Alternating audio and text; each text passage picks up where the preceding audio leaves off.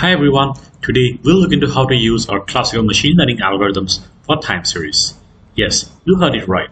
We can now use xgboost, random forest and all other algorithms. So let's get started. Before we get started, let's recap how the time series works. There are tons of articles available over the net, even from my previous time series videos. Now, if you remember, the time series internally works as autoregressor, and also if you remember the formula of the regressor, y equals to mx plus c, where m equals to beta, coefficients x equals to x1, and c equals to the intercept. And if you remember how time series work is by using the autoregressor. That is xt plus 1 equals to c plus m1 times t minus 1 plus m2 times t minus 2, and so on and so forth. Autoregressor itself is a multivariate in the sense it computes t plus 1 with its lag version of itself, and this is how the time series works. Now, of course, there are a few other components of time series like identifying the trend, seasonality, which gets identified and removed while moving ahead to the autoregressor component. There are again various ways to remove the seasonality. One of the common well-known method is differencing. In this video, we will explore a number of ways to change the default autoregressor into our favorite regressor of all time, like the xgboost. The first thing, we need to take care of is formatting the target attribute, y, into a supervised learning dataset format. The more lag version we create, the more we can forecast based on. That doesn't mean you can forecast 100 times. Of course, the further you forecast, the confidence level of accuracy will be lesser. In order to perform such a conversion, we can create a custom function, or we can simply use make_reduction from the sktime package. Window_length is the same as the window size. Here are some quick definitions of window size. I was able to gather what is window size for the moving average.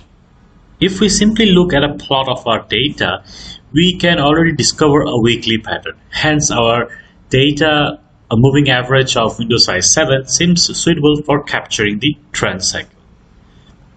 Usually, windowing is done to smooth our time series and thus reduce noise and let you see trends more clearly in your data.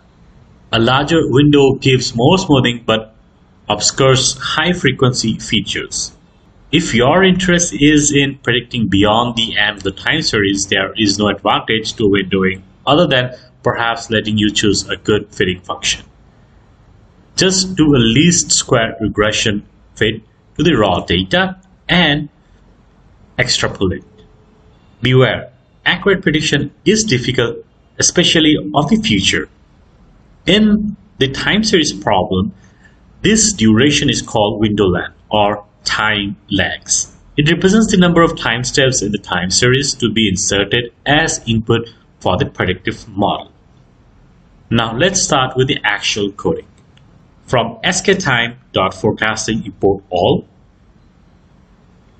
Here we will load a default dataset load airline, then use temporal underscore train underscore test underscore split to split the dataset just like we do it in a train test split. However, this function doesn't shuffles the data, therefore it is suitable for the forecasting. After that, we will use theta forecaster algorithm with SP equals 12, that is monthly seasonal predictivity. This is a quick function to calculate the SMAPE, symmetric mean absolute percentage error. We can also use SME-MAE as part of our requirements. Each of them have advantage and the disadvantages. You can check out my article for more detail on them.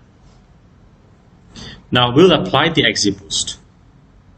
What we will do out here is define the regressor. REG, square error, is just a loss function to calculate the residuals, that is the differences between the errors. Done.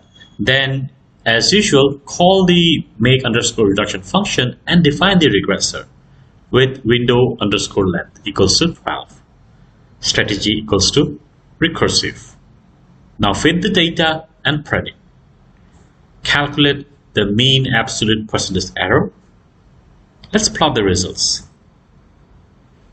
Well, I would say it is a reasonably good fit, neither over nor underfit the predictions with the XGBoost default parameters.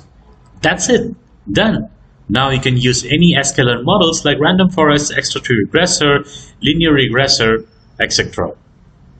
Next, we'll see how to perform the time series classification. Stay tuned, enjoy machine learning.